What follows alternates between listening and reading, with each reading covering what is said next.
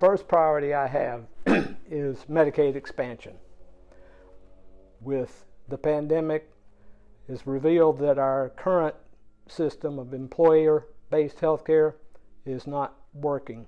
It's not going to work going forward, and there is no reason not to have Medicaid expansion. The taxpayers of North Carolina have already paid for it. It is being rejected purely on ideological grounds. With regard to policing, I am not endorsing defunding the police. I do believe that they are given more of a burden than they can reasonably shoulder, and that any way we can to have other services deal with calls that really shouldn't go to the police will be a good thing, but I definitely do not favor defunding the police. Our systemic racism is a hard nut to crack, but I believe that our best bet towards it begins in the school system.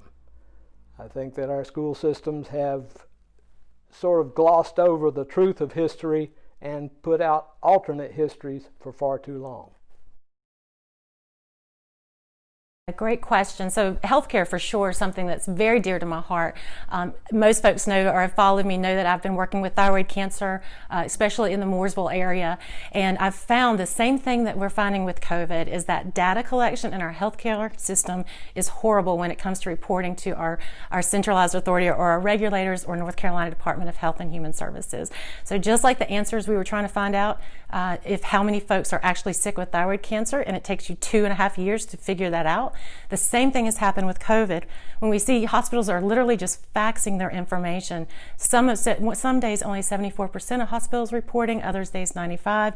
So it just creates an air of suspicion when you don't have a baseline of accurate data. So for me, one of the most important things we need to do is get our infrastructure together so that we can have a baseline of data, so no matter what happens as policymakers, we can make the right decisions.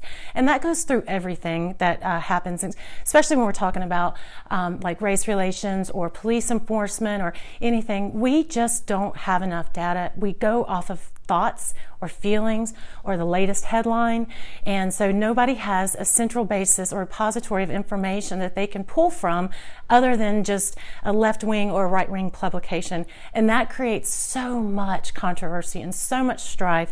And instead of sitting down at a table and talking about solutions, all we sit around do seems like all we do is sit around and talk about who's at fault.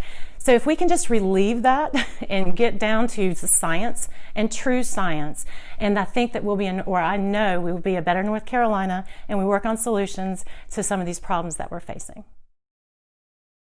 On behalf of the Greater Statesville Chamber of Commerce and our Business Advocacy Council, thank you for watching our Meet the Candidates video series. I'd like to say thank you to our candidates that were able to join us, and to our amazing videographer, Kendall Packman, for all of her help while we did this. Again, remember to vote. Your vote's important. Please vote. And if you have any questions, you can visit our website at statesvillechamber.org.